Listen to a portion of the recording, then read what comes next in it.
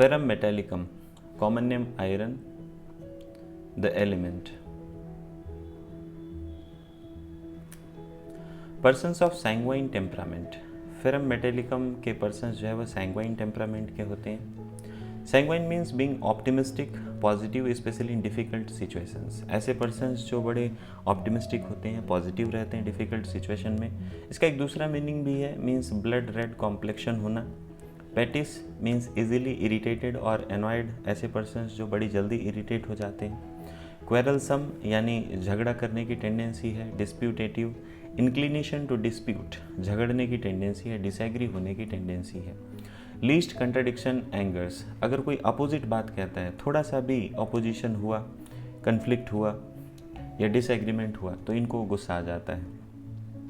ऐसा ही nature Anacardium का, Cocculus का और इग्नेशिया का भी देखने को मिलता है। एम्लुरिएशन मेंटल एक्सर्सन, मेंटल एक्सर्सन से इनको एम्लुरिएशन होता है, आराम होता है। Irritability, slight noise like crackling of paper drive him to despair. Irritable बहुत ज़्यादा है, इतना इरिटेबल है कि थोड़ा सा जो नॉइज़ है, जैसे कि पेपर कोई मोड़ता है तो उससे भी जो है वो ये पर्सन डिस्ट्रेस में आ जाता है, अनहैप्पी हो जाता है। ऐसा ही एसेरम और टेरेंटुला में भी देखने को मिलता है। Women who are weak, delicate, chlorotic yet have a fiery red face. ऐसी फीमेल्स जो वीक हैं, डेलिकेट हैं, नाजुक सी हैं। क्लोरोटिक कहने का मतलब जो एनीमिक हैं लेकिन फिर भी उनका फेस जो है वो रेड है। Extreme paleness of the face, face जो है वो पेल हो सकता है, येलोइश डिस्कलरेशन हो सकता है। Lips and mucous membranes have become red and flushed on the least pain. Lips हैं, म्यूकस मेम्ब्रेन्स हैं, ये रेड हो जाते हैं और फ्लश्ड हो जाते हैं, यानी कि एकदम से रेडिश डिस्कलरेशन आ जाता है लीस्ट पेन से, इमोशन से, एक्सर्सन से। ब्लशिंग, ब्लशिंग माने रेडिश अपीयरेंस आ जाना फेस पे, टर्न और गो red.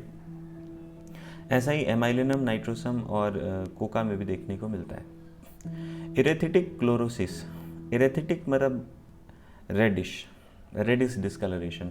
Verse in winter, winters के समय पे जो है वो फेस रेड हो जाता है।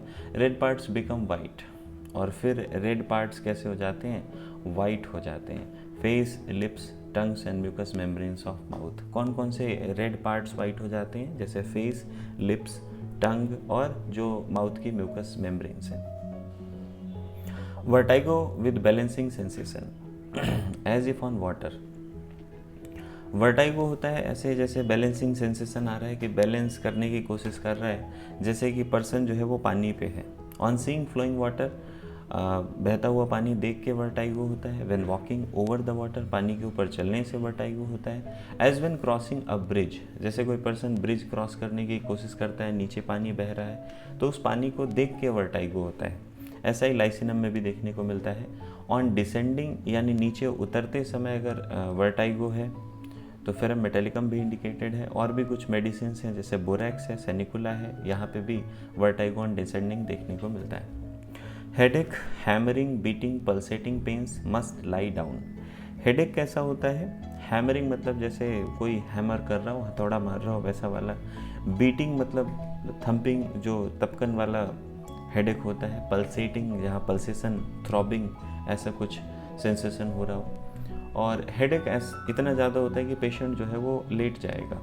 विद एवर्जन टू ईटिंग और ड्रिंकिंग, खाने या पीने का मन नहीं करेगा। फॉर 2, 3 और 4 डेज एवरी 2 और 3 वीक्स, तो ये हेडेक जो है वो 2 दिन के लिए, 3 दिन के लिए, 4 दिन के लिए हो सकता है। और हर एक 2 या 3 हफ्ते बाद ये रिपीट होता है, बार बार होता है। Menses too early, too profuse, too long lasting. Menses कैसे हैं, जल्दी आते हैं, ज़्यादा होते हैं और लंबे समय तक रहते हैं। With fiery red face, face कैसा होता है, फायरी रेड फेस यानी एकदम फायर के जैसा red. Ringing in the years, कानों में घंटी की आवाज़ सुनाई देती है। इंटरमिट 2 और 3 days and then return. Menses के बारे में है कि ये 2 या 3 दिन तक रहते हैं, पॉज होते हैं, फिर वापस आ जाते हैं। फ्लो पेल, वाटरी, डेबिलिटेटिंग। मेंसेस का जो फ्लो है वो कैसा होता है, पेल होता है, येलोइश कलर का, वाटरी होता है, पानी जैसा है। डेबिलिटेटिंग मीन्स वीकनेस लाने वाला, बहुत कमज़ोर कर देने वाला। Haemorrhagic diathesis, bleeding tendency. Bleeding tendency में ब्लड कैसा आता है? ब्लड ब्राइट रेड होता है, कोगुलेट्स इजीली, जल्दी से कोगुलेट कर जाता है। ऐसा ही फेरम फॉस में, इपिकाक में और फॉस्फोरस में भी देखने को मिलता है। Regurgitation and eructation of food in mouthfuls without nausea. Regurgitation का मतलब होता है उगलना, या the act of bringing swallowed food up to again to the mouth, कि जो आपने भोजन खा लिया है वो वापस से मुंह में आ जाना, उगलना। इरेक्टेशन माने बेल्च आउट, डकार आना, तो ऐसे भोजन जो है वो बाहर आ जाता है। ऐसा एलुमिना में देखने को मिलता है विदाउट नाउजिया, और इसके साथ जो है वो नाउजिया की फीलिंग नहीं होगी। कैनाइन हंगर और लॉस ऑफ एपेटाइट, दोनों टेंडेंसी देखने को मिलती हैं। कैनाइन हंगर माने बहुत ज़्यादा भूख लगती है, या फिर लॉस ऑफ एपेटाइट हो सकता है with extreme dislike for all food.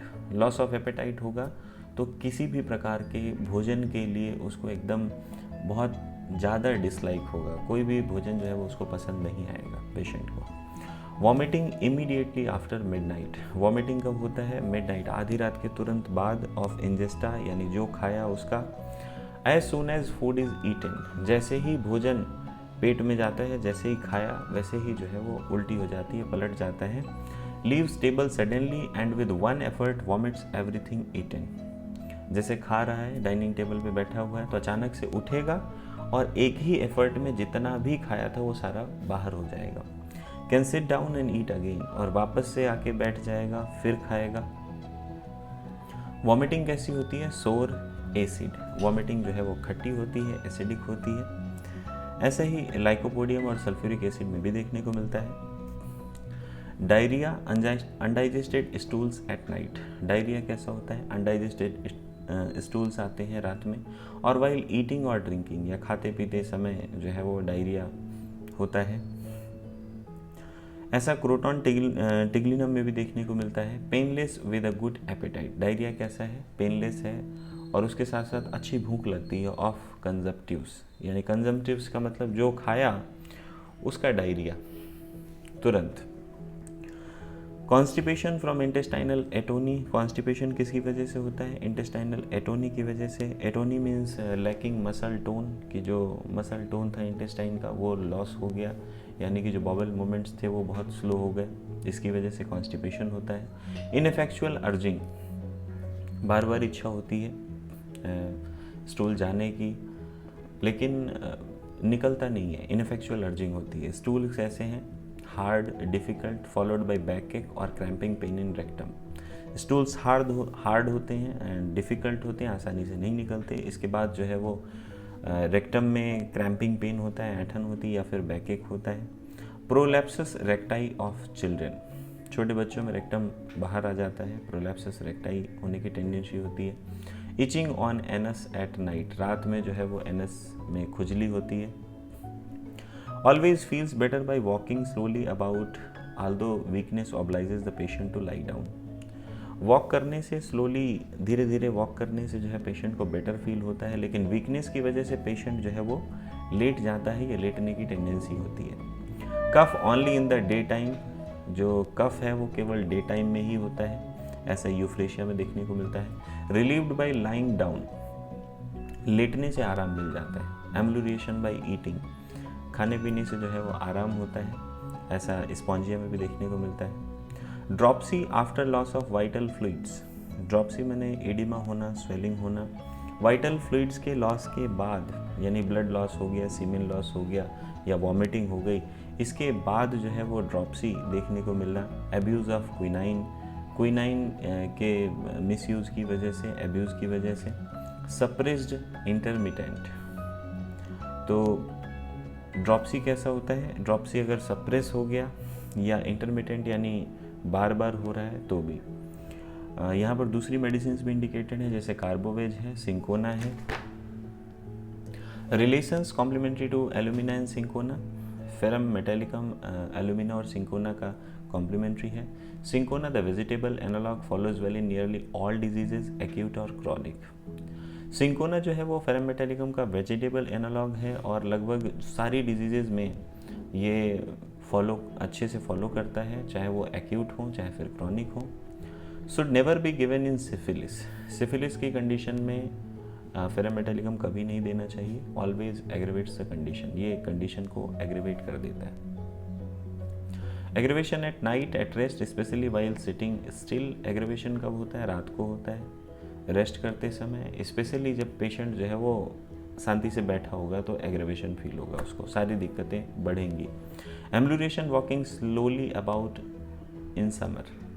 Ambulation कैसे होता है? धीरे धीरे चलने से, स्लोली वॉक करने से, या फिर समर में एम्बुलेशन होता है। Thanks for watching. Like, share the video with your friends, comment the topics you want me to explain, and subscribe the channel for more videos on homeopathy.